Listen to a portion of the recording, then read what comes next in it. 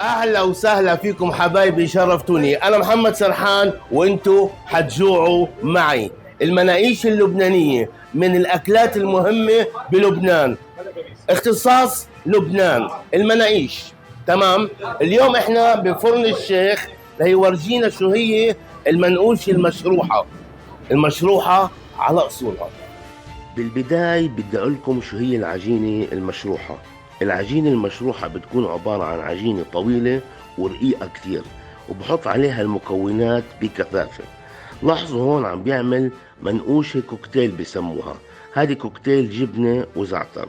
شوفوا المكونات كيف كثيفة، وشوفوا العجينة كيف رقيقة وطويلة. هون هلأ عم بيعمل لحمة بعجين مشروحة كمان. شوفوا العجينة كيف رقيقة، وكمان اللحمة كيف بتكون كثيفة. واللي حيعملها هلأ كمان حيعمل زعتر مشروحة.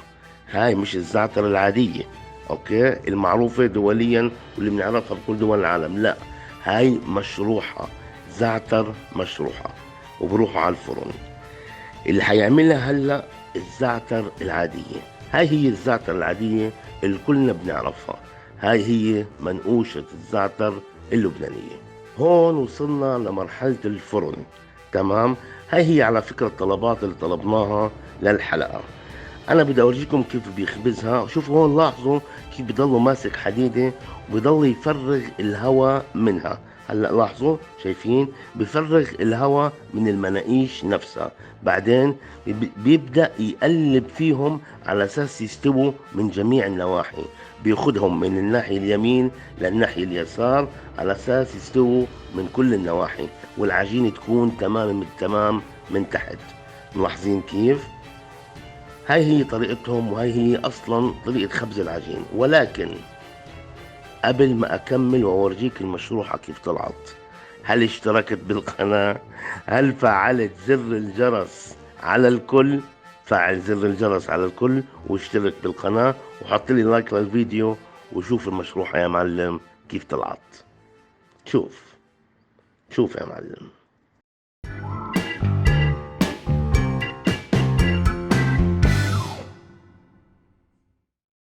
هاي هي الزعتر العادية، المناقيش اللي احنا متعودين عليها. اما هاي هي المشروحة، هاي الحلقة عليها. المشروحة كمان بتيجي عبارة عن كوكتيل جبنة وزعتر، والمشروحة كمان ما حرمتنا من اللحم بعجين. شوفوا اللحم بعجين كيف كمان مشروحة. وهذا السيرفيس اللي بقدمه الفران. اوكي، هلا بنقول بسم الله وبدنا نبدا بالمشروحه الزعتر. شوفوا كيف بتقرمش. ليش بقول لكم انا المشروحه بتكون عجينتها ارق.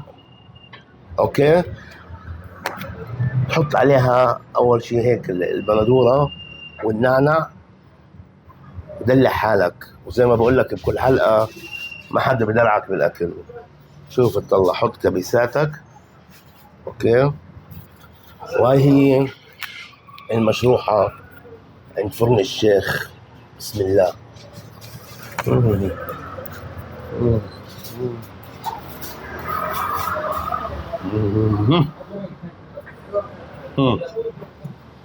رهيبة.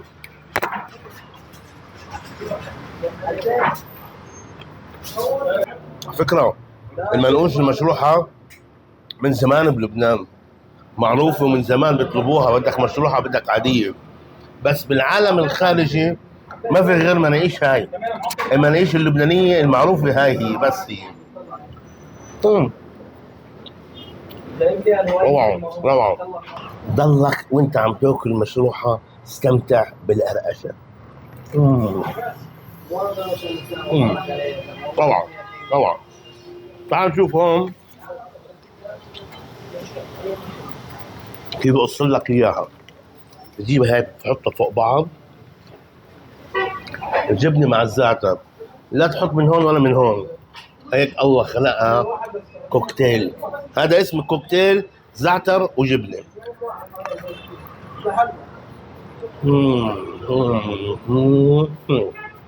الله،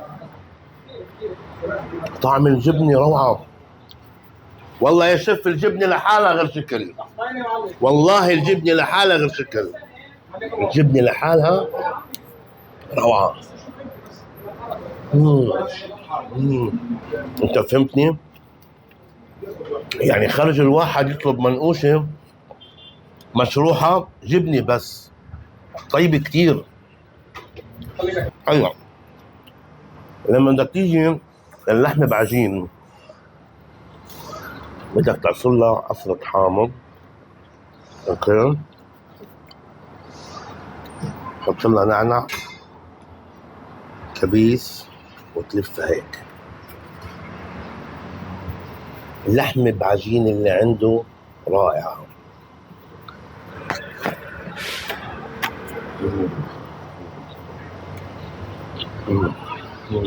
اما عن الزعتر هاي عاديه، منقوشه لبنانيه عاديه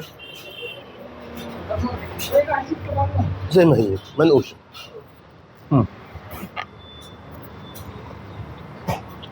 هاي هي منقوشه الزعتر اللبنانيه، وهاي كمان لبنانيه مشروحه، بس انه بقول لك انه هاي هي المعروفه المشهوره عالميا. بس بدي اورجيكم انا هالشغله. الزعتره هاي بتحط عليها النعنع، وحط عليها حبة هالبندورة، وحط عليها حبة هالكبيس. شايف هاي أنا أتحداك، هاي شو بتطلع بمياتها، أتحداك تاكلها.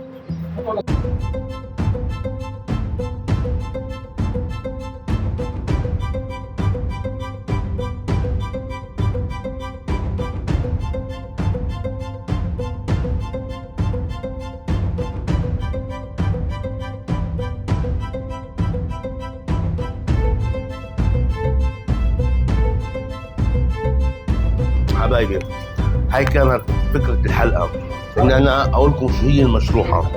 إن شاء الله تكون الحلقة عجبتكم، إن شاء الله تكونوا استمتعتوا معي، إن شاء الله تكونوا استفدتوا منها. شرفتوني وأهلا وسهلا فيكم.